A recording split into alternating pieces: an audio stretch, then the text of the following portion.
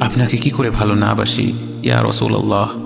যখন আপনি আমাকে ভালোবেসেছেন সেই 1400 বছর আগে, যখন আপনি আমাকে মিস করতেন, আশা করতেন যেন আমার সাথে দেখা করতে পারেন, অথচ তখনও আমি জন্মই হইনি। সেদিন সাহাবীরা আপনার চোখে পানি দেখে বলল, ইয়া রাসূলুল্লাহ, আপনি কাঁদছেন কেন? আপনি বললেন, আমার ভাইদের খুব দেখতে ইচ্ছা করছে। সাহাবীরা বললেন, আমরা কি আপনার ভাই নই ইয়া রাসূলুল্লাহ? আপনি বললেন, না, তোমরা আমার সাহাবী। আমার ভাই হলো তারা যারা আমার পরে আসবে এবং আমাকে কখনো না দেখেও তারা আমাকে বিশ্বাস করবে।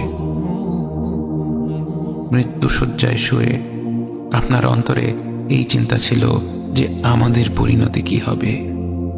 উম্মতি উম্মতি বলতে বলতে আপনি আপনার রবের নিকট ফিরে গিয়েছেন।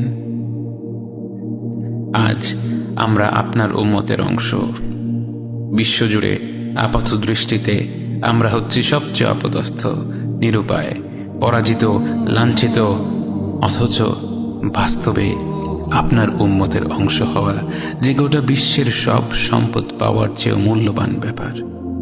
আজ আমার মনে যত আশা, যত আকাঙ্ক্ষা, যত স্বপ্ন, যত চাহিদা, সব কিছু পেয়ে গেলেও নিজেকে এতটা সৌভাগ্যবান মনে করতাম না যতটা মনে হয় আজ আপনার উম্মতের একজন হতে পেরে।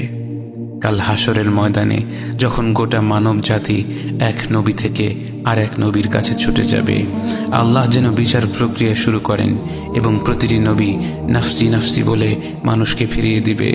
অবশেষে যখন সবাই আপনার সামনে হাজির হবে এবং আপনি গোটা মানব জাতির প্রতিনিধি হয়ে আল্লাহর সামনে সেজদা করবেন, সেদিন আপনার উম্মতের সদস্য হওয়ার পূর্ণাঙ্গ মর্যাদা প্রকাশ পাবে।